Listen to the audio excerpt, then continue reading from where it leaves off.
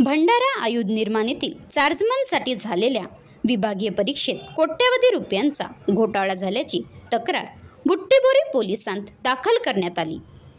या तक्रारीच्या अनुषंगाने तपासादरम्यान नागपूर पोलिसांनी आयुध निर्माणीतील 2 कर्मचाऱ्यांना ताब्यात घेतले तर दोघे फरार आहेत। या संदर्भात पंतप्रधान कार्यालय, संरक्षण विभागाकडेही तक्रार दाखल करण्यात आली होती।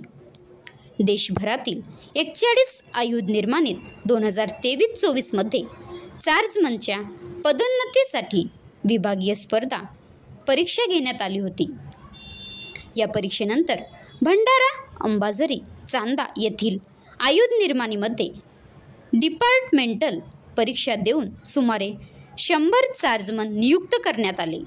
भंडाऱ्यातील अशोक शेंडे या ठेकेदारासोबत मध्यस्थी करत आयुध निर्माणीच्या ZWM पदावर असलेल्या सुनील किरपाने याची यात महत्त्वाची भूमिका असल्याचे सांगितले जात आहे। ही परीक्षा उत्तीर्ण होण्यासाठी 10 कर्मचाऱ्यांकडून प्रत्येकी 5 ते 8 लाख रुपये दिले होते।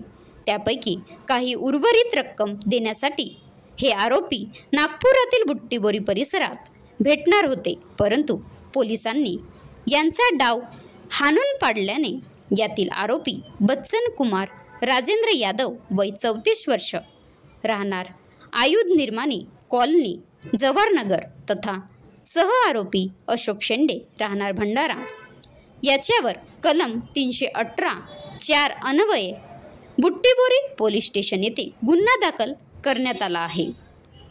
आरोपींनी 10 पीडित तरुणांकडून जवळपास 52 लाख रुपयाची फसवणूक केली असल्याचे त्यात नमूद आहे। या प्रकरणात आयुध निर्माणीतील 5 मोठ्या पदावर असलेले अधिकारी तथा एका युनियनचे पदाधिकारी सहभागी असल्याची माहिती आता पुढे येत आहे। तसेच या रॅकेटमध्ये आणखी काही मोठ्या अधिकाऱ्यांचे नावसुद्धा समोर येण्याची शक्यता आहे।